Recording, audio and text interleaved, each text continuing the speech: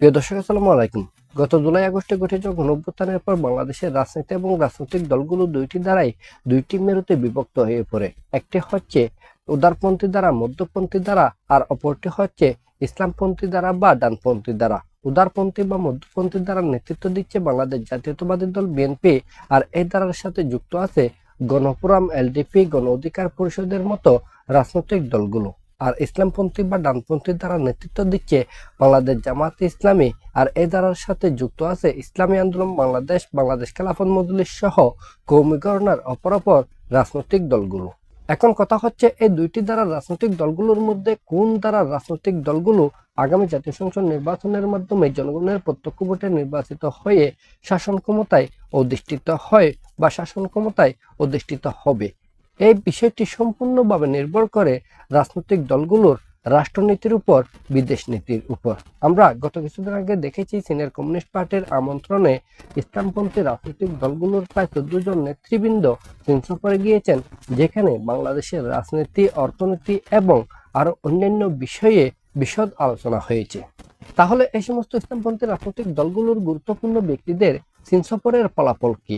দুইটি ফলাফল হতে পারে। প্রথম ফলাফল হচ্ছে, আগামী জাতীয় সংসদ নির্বাচনে যদি এই সমস্ত ইসলামপন্থী রাজনৈতিক দলগুলো ঐক্যবদ্ধভাবে নির্বাচন করতে পারে, যোগ্যতভাবে নির্বাচন করতে পারে, তাহলে জনগণের প্রত্যক্ষ ভোটে নির্বাচিত হয়ে সরকার গঠন করতে পারে, রাষ্ট্র ক্ষমতায় অধিষ্ঠিত হতে পারে। দ্বিতীয় ফলাফল হচ্ছে, এই সমস্ত ইসলামপন্থী রাজনৈতিক দলগুলো যদি জনগণের প্রত্যক্ষ ভোটে নির্বাচিত হয়ে সরকার গঠন নাও করতে পারে, তাহলে অন্তত বিরোধী দলের আসনে আসীন হতে পারবে। মূলত এই জন্যই এই সমস্ত ইসলামপন্থী রাজনৈতিক দলগুলোকে চীন সফরে নিয়ে যাওয়া হয়েছে। কারণ চীনের একটি পররাষ্ট্রনীতি হচ্ছে, চীন যেভাবে সরকারি দলের সাথে সুসম্পর্ক বজায় রেখে চলে, তেমনি ভাবে বিরোধী রাজনৈতিক দলগুলোর সাথেও সুসম্পর্ক বজায় রাখে। আর আমরা যদি আমাদের বিগত আওয়ামী লীগ সরকারের দিকে তাকাই, তাহলে দেখতে পাবো এই সময়ে মূলত ভারতের আধিপত্যবাদ আমাদের বাংলাদেশের উপর জিকে বসেছিল। ভারতের আধিপত্যবাদ আমাদের উপর চাপিয়ে দেওয়া হয়েছিল।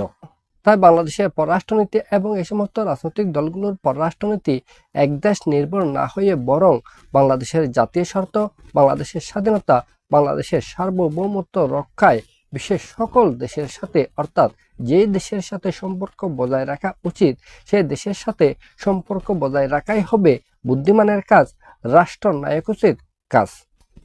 এই জন্য বাংলাদেশের স্বাধীনতা, সার্বভৌমত্ব এবং জাতীয় স্বার্থ রক্ষা করার অন্যতম কৌশলগত অংশীদার হতে পারে বিশ্বের অন্যতম অর্থনৈতিক পরাশক্তিধর রাষ্ট্র চীন। আমাদের পরবর্তী ভিডিও পাওয়ার জন্য আমাদের এই চ্যানেলটি সাবস্ক্রাইব করবেন। সবাইকে ধন্যবাদ। আসসালামু আলাইকুম।